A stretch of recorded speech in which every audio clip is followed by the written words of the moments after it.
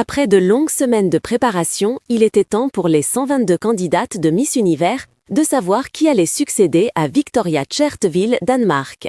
Dans la nuit du 20 au 21 novembre, l'édition 2025 du concours de beauté s'est déroulée à l'Impact Arena de Phuket en Thaïlande.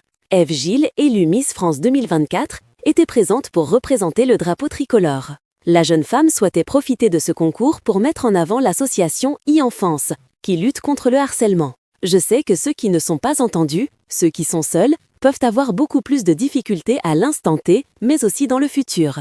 Et j'ai donc envie, grâce à l'association e-Enfance aussi, de pouvoir montrer qu'un numéro d'écoute existe et que ces enfants, que ces gens, puissent être entendus, puissent être aidés. Et peut-être que ça pourrait inspirer certains autres pays et pouvoir aussi peut-être avoir des e-Enfance, mais partout dans le monde, expliquait Ève Gilles à Télé 7 jours.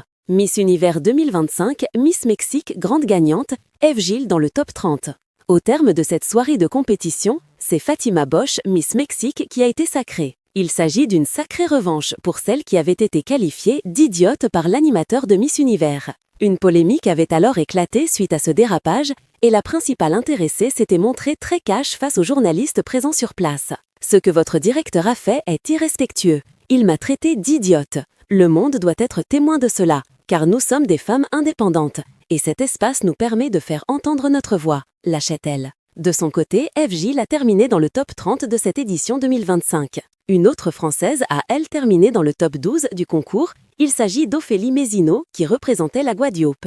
Miss Univers 2025, le message fort de Miss Mexique après son sacre. Devenue Miss Univers 2025, Fatima Bosch a tenu à évoquer une nouvelle à la polémique survenue quelques jours plus tôt.